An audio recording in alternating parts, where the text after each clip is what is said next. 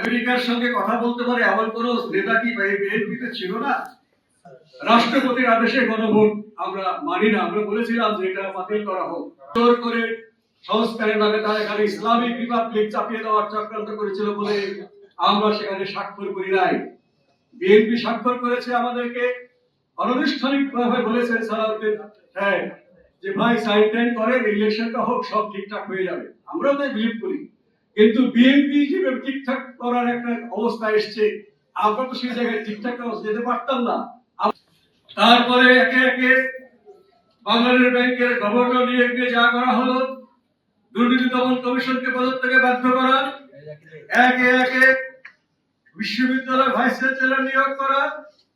সালাম ভাই অবশ্যই একজন মেয়র হওয়ার যোগ্য, উপযুক্ত। সালাম ভাই সহ অনেককে আপনার কি প্রশাসক নিয়োগ করা হলো, জেলা পরিষদে প্রশাসক নিয়োগ করা হলো। এগুলো কি শেখ হাসিনা যে কারণে করেছেন, আপনারা কি একই কারণে করবেন?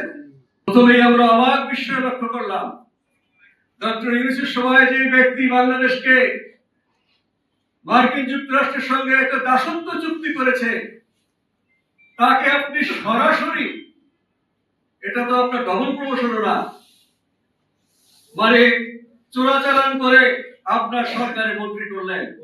আমেরিকার সঙ্গে কথা বলতে পারে এমন কোন নেতা কি বিএনপিতে ছিল না? কেন করলেন? হ্যাঁ, সাংবিধানিক ভাবে প্রধানমন্ত্রী বাধ্য না তিনি কোন মন্ত্রীকে কেন নিয়োগ করেছে সেটা বলা, কিন্তু রাজনৈতিক ভাবে তো আপনাকে পরিষ্কার করতে হবে। আমরা প্রথম হোঁচট খেয়েছি সেই দিন। তারপরে একে একে বাংলাদেশ ব্যাংকের গভর্নর নিয়ে যা করা হলো, দুর্নীতি দমন কমিশনকে পদত্যাগে বাধ্য করা, একে একে বিশ্ববিদ্যালয় ভাইস চ্যান্সেলর নিয়োগ করা। সালাম ভাই অবশ্যই একজন মেয়র হওয়ার যোগ্য, উপযুক্ত। সালাম ভাই সহ অনেককে আপনার কি প্রশাসক নিয়োগ করা হলো, জেলা পরিষদে প্রশাসক নিয়োগ করা হলো। এগুলো কি শেখ হাসিনা যে কারণে করেছেন, আপনারা কি একই কারণে করবেন? তাহলে আর পার্থক্য কি রইল?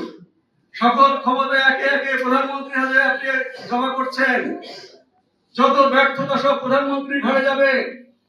সংসদীয় রাজনীতিতে সংসদীয় দল এটা দায় দায়িত্ব বহন করে, কিন্তু যা শুরু করেছেন এটা প্রধানমন্ত্রীকে আর সেই গত সরকারের মতো একক ক্ষমতা যদি দেন, তার সাথে সমস্ত গণতন্ত্র আমাদের সেই বিপদের সম্মুখীন হবে, আবার জনগণ বিরূপ হবে।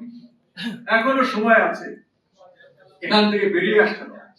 আমরা রাষ্ট্রপতির আদেশ বলে যে গণভোটের নামে যেটা করা হচ্ছে মানি না। অত্যন্ত সঠিকভাবে বিএনপি বলেছে, তার আইনমন্ত্রী বলেছেন, যিনি সংস্কার কমিশনের আলোচনায় সফলভাবে নেতৃত্ব দিয়েছেন তার দলকে, রাষ্ট্রপতির আদেশে গণভোট আমরা মানি না, আমরা বলেছিলাম যে এটা বাতিল করা হোক। সাংবিধানিক সংস্কার পরিষদ তবে যে জিনিসটি যেটা চাপিয়ে দেওয়ার চেষ্টা করেছে, সেই অনুযায়ী শপথ না নেওয়ার জন্য আমরাই একমাত্র জোট আহ্বান জানিয়েছিলাম। বিএনপি সেটা তার সিদ্ধান্ত এসে সেই শপথ করে খুবই ভালো কাজ করেছেন। এইভাবে জোর করে সংস্কারের নামে তারা এখানে ইসলামিক রিপাবলিক চাপিয়ে দেওয়ার চক্রান্ত করেছিল বলে আমরা সেখানে স্বাক্ষর করি নাই।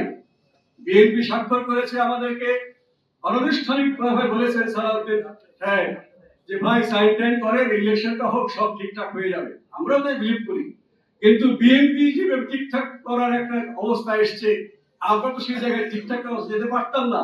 আমাদের কাছকে দালাল বলা হতো, তাই আমরা এটা বুঝে শুনে স্বাক্ষর করিনি। কিন্তু একটা কথা আছে, জুলাই সনদের প্রথম অংশ আমরা মানি না। পটভূমিতে ইতিহাস লেখা হয়েছে, ডক্টর ইউনূসের ইতিহাস, ওটা একতরফা এবং বিকৃত।